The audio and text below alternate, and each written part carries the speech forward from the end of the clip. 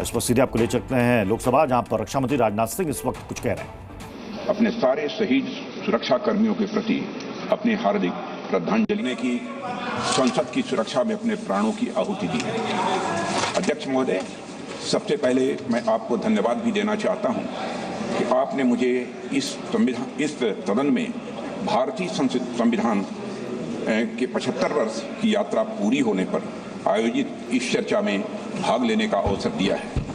हम सब सौभाग्यशाली हैं कि हम भारतीय संविधान के अमृत महोत्सव के अध्यक्ष महोदय हम साक्षी बन रहे हैं। अध्यक्ष महोदय, 75 वर्ष पहले संविधान सभा ने न्यूली इंडिपेंडेंट इंडिया के लिए संविधान निर्माण का महान कार्य संपन्न किया था। लगभग 3 वर्षों के रिगरस डिबेट एंड डेलिब्रेशन के परिणाम स्वरूप हमें हमारा संविधान मिला है। अध्यक्ष महोदय, संविधान सभा ने जो संविधान तैयार किया था वह केवल एक कानूनी दस्तावेज नहीं था, बल्कि जन आकांक्षाओं का वो प्रतिबिंब था और उन्हें पूरा करने का वह माध्यम भी था। It was an expression of the general will of the people. कई सदियों के बाद एक बार फिर से अध्यक्ष महोदय, भारत की तकदीर भारत के लोगों के हाथों में थी। स्वराज का जो सपना भारत के स्वतंत्रता सेनानियों और आम भारतीयों ने देखा था वह पूरा हो चुका था। अध्यक्ष महोदय, हम भारत के लोगों ने 26 नवंबर 1949 के दिन संविधान को अपनाया था, अधिनियमित किया था और उसे राष्ट्र को समर्पित किया था। यह वह दिन था जब भारत के लोग प्रजा से नागरिक बने थे अध्यक्ष महोदय, और ऐसे नागरिक जिनके अपने मौलिक अधिकार थे और उनके पास एक भारतीय नागरिक होने का गौरव भी था। ऐसे नागरिक जो अपनी सरकार को चुन सकते थे और चुन ही नहीं सकते थे अध्यक्ष महोदय, सरकारों को बदल सकते थे। अब देश में राजा रानी का शासन नहीं था, राजतंत्र नहीं था और न तो ब्रिटिश तंत्र था, बल्कि जनता का शासन था और लोकतंत्र था।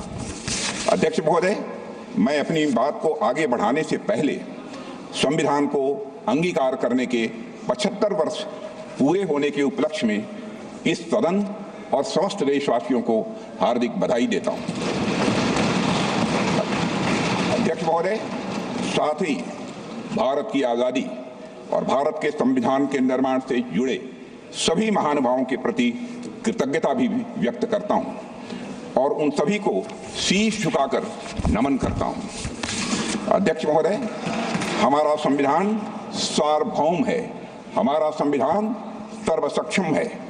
हमारे संविधान की सार्वभौमिकता और सर्वसक्षमता का अंदाजा इसी बात से लगाया जा सकता है कि जहां एक ओर हमारा संविधान स्टेट यानी राज्य की जिम्मेदारियों को विस्तृत रूप से सूचीबद्ध करता है, वहीं नागरिकों को उनके संवैधानिक और मौलिक अधिकार भी प्रदान करता है।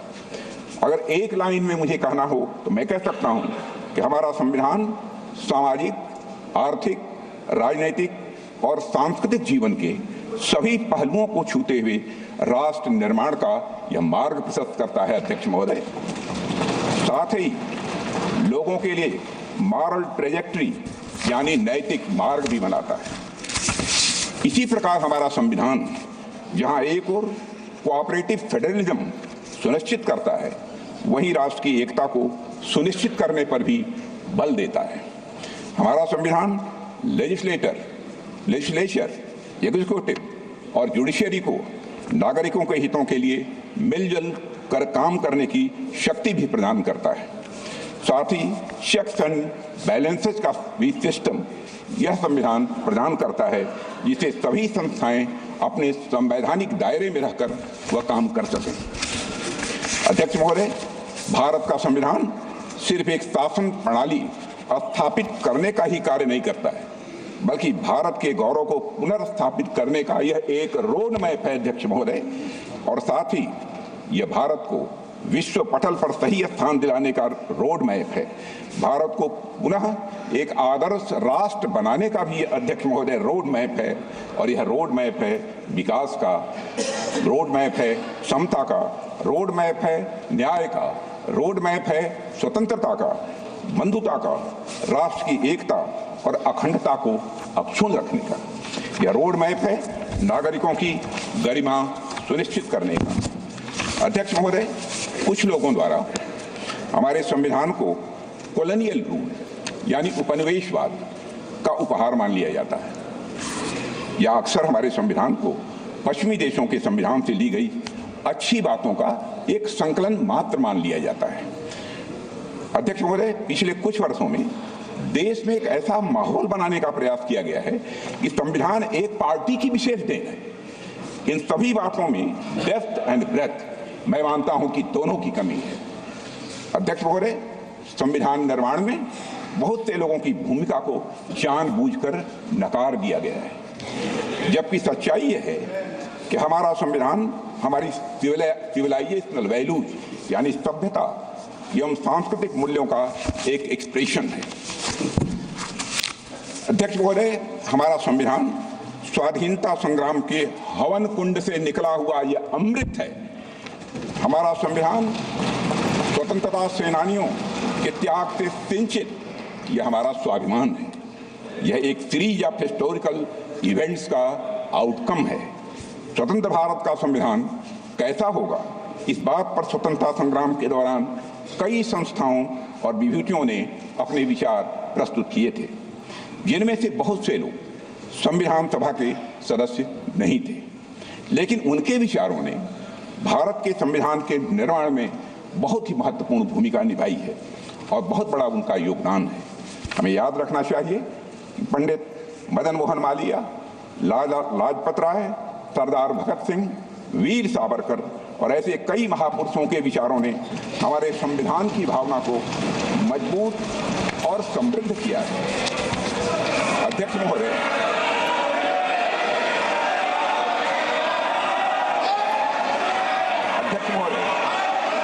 हमारे प्रेरणा स्रोत डॉक्टर श्यामा प्रसाद मुखर्जी का मानना था कि संविधान कलेक्टिव इफोर्ट और कंसेंसस का रिजल्ट होना चाहिए। मैं फिर से दोहराना चाहता हूं, हमारे प्रेरणा स्रोत डॉक्टर श्यामा प्रसाद मुखर्जी का यह मानना था कि संविधान कलेक्टिव इफोर्ट और कंसेंसस का रिजल्ट होना चाहिए। अध्यक्ष महोदय, हमारा संविधान इसी सामूहिक प्रयास और समझ का नतीजा है। हमारे संविधान के लिखे जाने से 6 साल पहले यानी 1944 में लिखे गए constitution of the Hindustan free state नाम के दस्तावेज में कई बड़े नेताओं ने संविधान के बारे में अपने विचार दिए थे। इसमें सभी नागरिकों के लिए धार्मिक स्वतंत्रता सुनिश्चित करने की बात कही गई थी। इस बात का उल्लेख एक इमिनेंट यूरिस्ट श्री अर्घसेन गुप्ता ने भी किया है। अध्यक्ष महोदय, उस दस्तावेज में प्रत्येक नागरिक को अपनी संस्कृति और भाषा की रक्षा करने का भी अधिकार दिया गया था। सरकार को रिलीजन के आधार पर भेदभाव करने से स्पष्ट रूप से प्रतिबंधित किया गया था।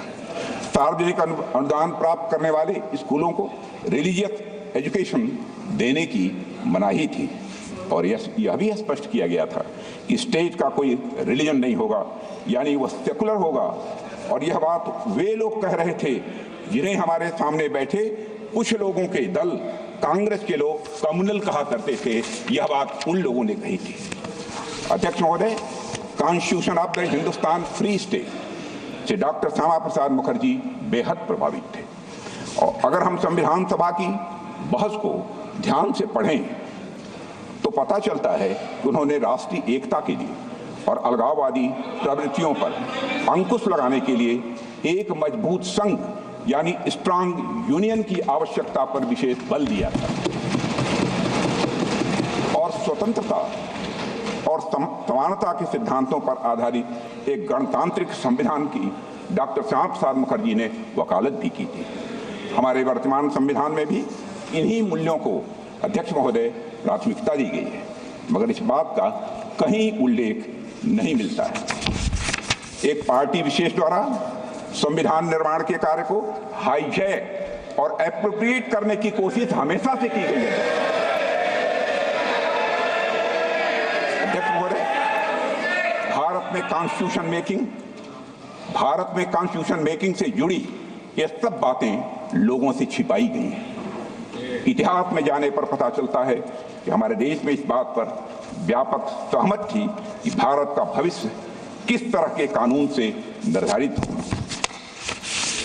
मैं आज यह स्पष्ट करना चाहता हूं अध्यक्ष महोदय कि हमारा संविधान किसी एक पार्टी की देन नहीं है। भारत का संविधान भारत के लोगों के द्वारा भारत के विचारों के साथ भारत के मूल्यों के अनुरूप बनाया गया एक अनपैरेलल्ड ट्रांसफॉर्मेटिव यह डॉक्यूमेंट है। अध्यक्ष महोदय, पश्चिमी सभ्यता में राज्य की अवधारणा नाइट वॉचमैन स्टेट की थी।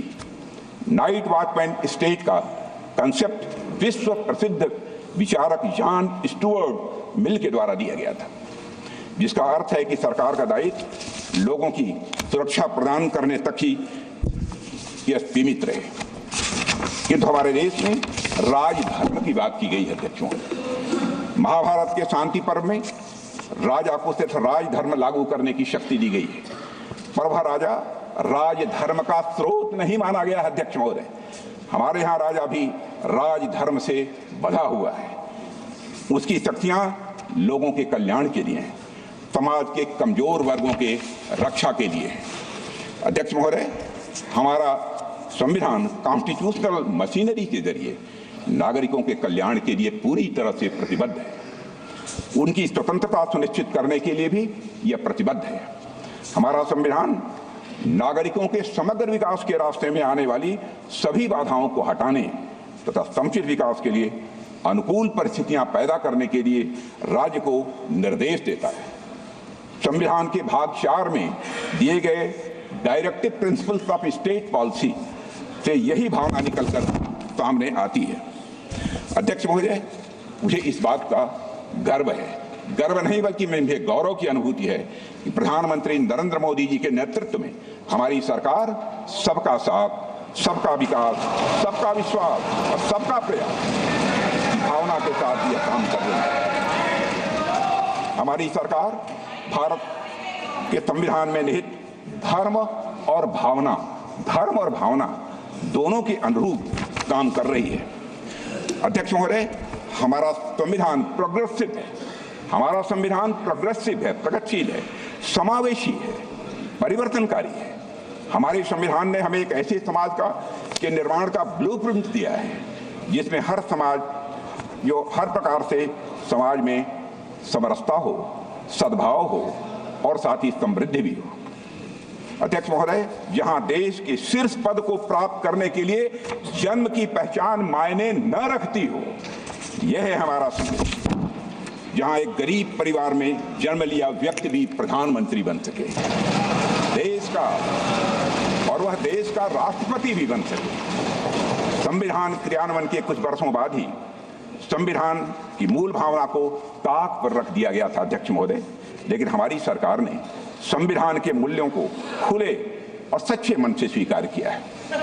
मुझे खुशी है कि हमारी सरकार संविधान की मूल भावना को केंद्र में रखकर जनहित के मार्ग पर तेजी से आगे बढ़ रही है। हमने एक गुलामी की मानसिकता को समाप्त करके भारतीय न्याय संहिता, भारतीय नागरिक सुरक्षा संहिता और भारतीय साक्ष्य अधिनियम जैसे नए कानूनों को पारित किया है। अध्यक्ष महोदय, हमारी सरकार ने समाज के सभी वर्गों और विशेषकर कमजोर वर्गों के लोगों को समुचित विकास, उनके समुचित विकास को अपना यह लक्ष्य बनाया है। रिफॉर्म, परफॉर्म और अध्यक्ष महोदय ट्रांसफॉर्म के हमारे संकल्प ने आज भारत को दुनिया की सबसे बड़ी अर्थव्यवस्थाओं की कतार में लाकर खड़ा कर दिया। अध्यक्ष महोदय, आज गरीब लोगों को प्रधानमंत्री आवास योजना की वजह से अपना पक्का मकान मिल रहा है। प्रधानमंत्री जन आरोग्य योजना के अंतर्गत गरीबों को मुफ्त इलाज मिल रहा है। प्रधानमंत्री गरीब कल्याण अन्न योजना के माध्यम से 80 करोड़ गरीबों को मुफ्त राशन की सुविधा दी जा रही है। हर घर में नल से जल पहुंच रहा है, हर घर में शौचालय बन रहे हैं। हमारे अध्यक्ष महोदय, हमारे देश में लगभग आधी आबादी महिलाओं की है। महिला सशक्तिकरण की दिशा में हमारी सरकार हर संभव प्रयास कर रही है। सामाजिक न्याय के संवैधानिक आदर्शों के अनुरूप विमेन डेवलपमेंट के साथ विमेन लेड डेवलपमेंट को सुनिश्चित करने के लिए हमने नारी शक्ति बंधन अधिनियम भी पास किया है और इससे राजनीतिक क्षेत्र की महिलाओं का प्रतिनिधित्व बढ़ेगा तथा उनका सशक्तिकरण भी यह सुनिश्चित होगा। इसी सोच के तहत अध्यक्ष महोदय, हमारी सरकार ने वर्ष 2018 में राष्ट्रीय पिछड़ा आयोग को संवैधानिक दर्जा दिया है, पहली बार आजाद भारत के इतिहास में। आर्थिक रूप से कमजोर वर्गों की उन्नति के लिए साल 2019 में संविधान संशोधन किया गया है। इसके लिए हमने आर्थिक आधार पर 10% आरक्षण का अवसर प्रदान किया है, इकोनॉमिकली बैकवर्ड क्लास के लिए। अध्यक्ष महोदय, समग्र और समावेशी विकास के ये सभी काम हमारे संवैधानिक मूल्यों और आदर्शों के यह जीवंत रूप हैं। हमारी सरकार ने न सिर्फ संविधान के मूल्यों को केंद्र में रखकर काम किया है, बल्कि संविधान को लेटर एंड स्पिरिट में बखूबी हमारी सरकार ने लागू किया है। अध्यक्ष महोदय, इस देश में एक ऐसा राज्य भी था जहां देश का संविधान लागू नहीं होता था, संसद के कानून भी पूरी तरह लागू नहीं होते थे। हमने वहां भी संविधान को पूरी तरह से लागू करके दिखाया है अध्यक्ष, और आज पूरा देश उस निर्णय का सकारात्मक परिणाम अपनी प्रत्यक्ष आंखों से देख रहा है। हाल में चुनाव संपन्न हुए हैं, रिकॉर्ड मतदान हुआ है अध्यक्ष महोदय, लंबे समय बाद हुआ है। एक भी हिंसा की घटनाएं मतदान के दौरान नहीं हुई है। अध्यक्ष महोदय, मैं वहां की जनता का अपनी तरफ से हार्दिक अभिनंदन करता हूं। अध्यक्ष महोदय, हमारे संविधान ने हमें भारतीयता से पुनः परिचित कराया है। हमें अपनी संस्कृति, सभ्यता और संस्कृति के प्रति गौरव की भावना का यह संदेश दिया है। जैसे हमारे संविधान की मूल प्रति के भाग 3 में, जिसमें मौलिक अधिकारों का वर्णन है, उसमें भगवान श्री राम, मां सीता जी और प्रभु लक्ष्मण जी की तस्वीर भी अंकित है। अध्यक्ष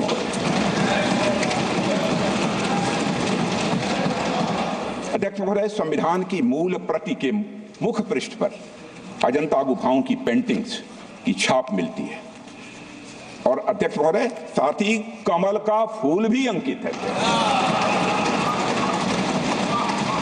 वह कमल का फूल यह दर्शाता है कि सदियों की गुलामी के दलदल से बाहर आकर अब एक संप्रभु और लोकतांत्रिक गणराज्य का उदय हो चुका है। हमारा संविधान और उसमें उकेरी गई आकृतियां हमारी सर्वोत्तम विरासत, समृद्ध इतिहास और महान परंपरा की यह वाहक है। इसी परंपरा को हम विकास भी, विरासत भी की भावना के साथ तेजी से आगे बढ़ा रहे हैं।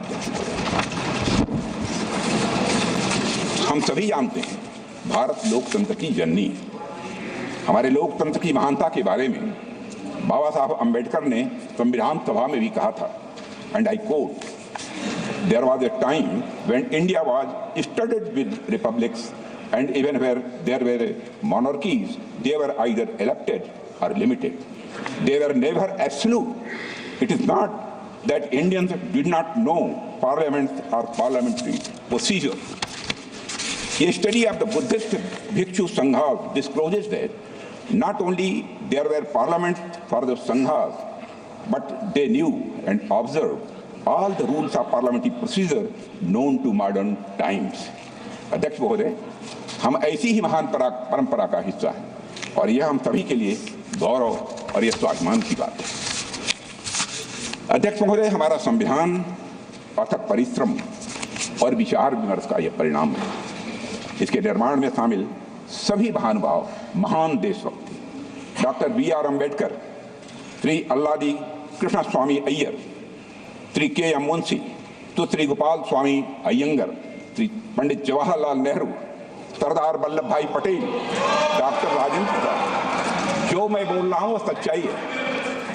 डॉक्टर राजेंद्र प्रसाद और डॉक्टर श्यामा प्रसाद मुखर्जी जैसे नेताओं ने हमारे संविधान के निर्माण में अपनी महत्वपूर्ण भूमिका निभाई है और अपना महत्वपूर्ण योगदान दिया है। H.B. Kamat, P.S. Deshmukh, R.K. सिल्वा, शिवबन लाल सक्सेना, ठाकुरदास भार्गव, केटी शाह और हृदयनाथ कुंजरू आदि जैसी महान विभूतियों ने अपने अनुभव और ज्ञान से हमारे संविधान को समृद्ध किया है।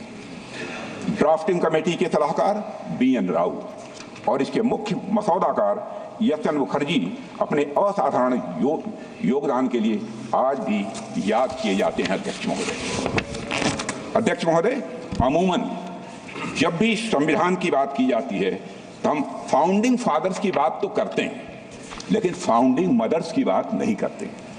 लेकिन आज मैं भारतीय गणतंत्र की उन फाउंडिंग मदर्स को भी अपनी श्रद्धांजलि अर्पित करना चाहता हूं, जिनका संविधान निर्माण में बहुत ही महत्वपूर्ण योगदान रहा है और जितना कि हमारे फाउंडिंग फादर्स का रहा है।